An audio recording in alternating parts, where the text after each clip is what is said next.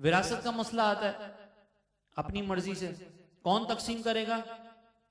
घर के एक चाचा जी होते हैं खानदान के अंदर, सबकी विरासत यही तकसीम करते हैं। अच्छा, चाचा जी को विरासत के मसाइल पता है? नहीं, ये माशाल्लाह बड़े अच्छे तकसीम करते हैं। इनके सामने चीजें रख देते हैं, कहते हैं ये सूट तू ले ले, ये जूता तू ले ले, ये रुमाल तू पकड़, ये सोना इसको दे दो, ये कैश इसको दे दो, हो गई तकसीम। ये कोई मुश्किल मसला है?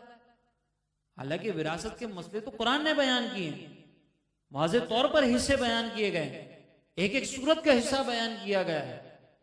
शौहर अगर उसकी औलाद है और फिर वो मर जाता है तो बीवी को कितना हिस्सा मिलेगा, उसकी औलाद नहीं है तो बीवी को कितना हिस्सा मिलेगा, कुरान ने बयान किया है कि अगर शौहर की औलाद मौजूद ना हो तो बीवी को चौथाई हिस्सा मिलेगा, औलाद हो तो 8वां हिस्सा मिलेगा। शौहर का भी इसी तरीके से है कि अगर बीवी की कोई औलाद नहीं है, बीवी का आधा माल शौहर को मिलेगा। इसी तरीके से अगर औलाद है तो चौथाई हिस्सा मिलेगा, 1/4 मिलेगा शौहर को। कुरान ने बयान किया। माँ बाप के हिस्से कुरान ने बयान किए। हमारे यहाँ पे माँ बाप के हिस्से तो खा जाती है औलाद। अब्बा का इंतकाल हुआ तो अब्बा के विरासत में अम्मा जान का तो कुछ भी नहीं, औलाद नहीं, आपस में तकसीम हो गया।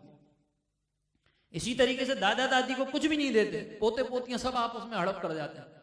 और भाई तुम्हारे वालिद का इंतकाल हुआ है तो दादा दादी का भी हिस्सा बनता है उसमें, क्योंकि वो भी वालिदैन है। चाचा का भी हिस्सा बन सकता है, चाचा के बेटे का भी हिस्सा बन सकता है। हमने तो कभी गौर ही नहीं किया कि विरासत के मामलात में ये भी होता है।